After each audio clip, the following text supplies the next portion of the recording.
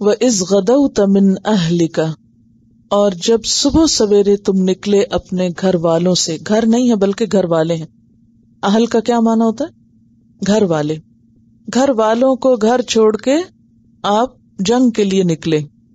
غدا یغدو غین دال واو کا معنی ہوتا ہے صبح کے وقت کہیں جانا. غدوہ، اور غدوہ کہتے ہیں فجر اور طلوع آفتاب کے درمیانی وقت کو، یعنی آذان فجر سے لے کر طلوع شمس تک. طلوع فجر سے طلوع شمس تک کے درمیانی وقت کو کیا کہتے ہیں؟ غدوہ. اور اس وقت کہیں جانے کو کہتے ہیں غدا یغدو. اور اسی سے ہے وَإِذْ غَدَوْتَ، اور جب تم صبح کے وقت نکلے من اہلک، اپنے گھر والوں سے. آپ اس روز حضرت عائشہ کے پاس تھے. تبوئ، تم متعین کر رہے تھے. تبوئ کا روٹ ہے بے واو حمزہ.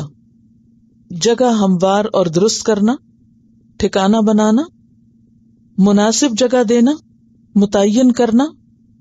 تبوئ المؤمنین، سارے مومنوں کو ان کی مناسب جگہوں پر متعین کر رہے تھے.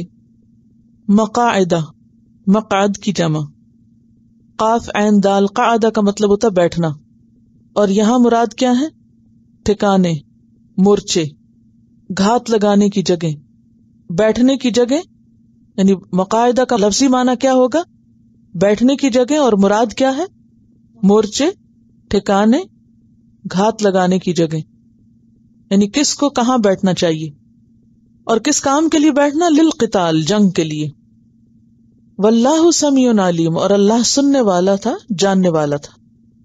اب دیکھیے کہ اس سے ایک بڑی اہم بات پتہ چلتی ہے. یہاں ایک ایک لفظ اہم ہے. ایسے ہی نہیں کہا گیا کہ صبح سویرے نکلے اور اپنے گھر سے نکلے اور پھر مخصوص جگہوں پر آپ نے لوگوں کو متعین کیا.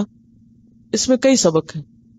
پہلی بات تو یہ کہ جب انسان کسی کام کا ارادہ کر لے، وَإِذَا عَزَمْتَ فَتَوَكَّلْ عَلَى اللَّهِ، پھر اللہ پہ توکل کرے اور اس ارادے کو پورا کرے. اسی لیے ہم دیکھتے ہیں کہ جب آپ نکل آئے تو بعض صحابہ نے کہا کہ نہیں اللہ کے رسول صلی اللہ علیہ وسلم، آپ کی رائے زیادہ اچھی تھی، بہتر ہے ہم مدینہ میں ہی لڑیں. تو آپ نے فرمایا کہ نہیں، جب نبی گھر سے نکل آتا ہے تو پھر واپس نہیں جاتا. اور دوسری بات یہ ہے کہ آپ نے اگرچہ توکل کیا تھا لیکن توکل سے پہلے پوری تیاری کی تھی. اس آیت سے یہ بھی پتہ چلتا ہے کہ توکل کا مطلب کیا ہے.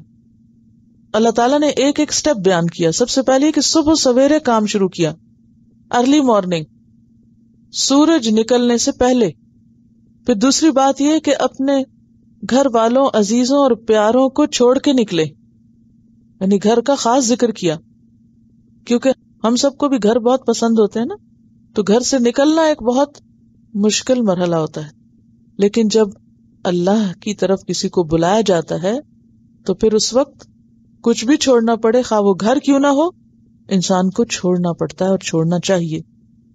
تو تیسری بات یہاں یہ پتہ چلتی ہے کہ آپ صلی اللہ علیہ وسلم نے اس 1000 میں سے جو 700 بچے اور اس میں سے بھی جو بچے تھے وہ بھی چلے گئے، تو جتنے بھی لوگ تھے ان سب کو ایک بہترین پلاننگ کے ساتھ اس میدان میں جگہ بنا کر دی. تبوئ المؤمنین، ایسے نہیں تھا کہ بھیڑ اکٹھی کر دی اور سارے ایک ہجوم کی شکل میں ادھر جا رہے تھے اور ادھر جا رہے تھے. ہر ایک کو مخصوص جگہ پر متعین کیا گیا. اسی لیے ہم دیکھتے ہیں کہ ایک مشہور مسیحی مستشرق ہے جو آپ صلی اللہ علیہ وسلم کے اس نظم و ضبط کو سراہتا ہے. وہ لکھتا ہے، کتاب ہے ہسٹری آف اسلام، برخلاف اپنے مخالفین کے جو محض ہمت و شجاعت ہی رکھتے تھے، محمد صلی اللہ علیہ وسلم نے کہنا چاہیے کہ فن حرب کی بھی نئی راہ نکالی. مکہ والوں کی بے دھڑک اور اندھا دھند لڑائی کے مقابلے میں خوب دور اندیشی اور سخت قسم کے نظم و ضبط سے کام لیا. یہ جو لوگوں کو جگہوں پر متعین کرنا ہے، اس سے کیا پتہ چل رہا تھا کہ آپ صلی اللہ علیہ وسلم نے ایک شدید قسم کا ڈسپلن ان کے درمیان قائم کیا تھا کہ کون کہاں بیٹھے، کون کہاں رہے، کون کس جگہ ہو، کون کیا کرے. اور کسی بھی بڑے کام کو کرنے کے لیے آرگنائزیشن اور ڈسپلن اور نظم و ضبط بے حد ضروری ہوتا ہے. اب آپ دیکھیے، اگرچہ آپ توکل کر رہے ہیں لیکن بھرپور تیاری کر رہے ہیں، بھرپور ڈسپلن اور آرگنائزیشن سے کام لے رہے ہیں. واللہ سمیع علیم، اور اللہ سننے والا تھا، جاننے والا تھا. کب؟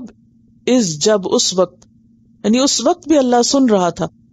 اللہ تو ہمیشہ سنتا ہے، سنتا تھا، سنتا رہے گا، لیکن خاص موقع کی طرف اشارہ ہے.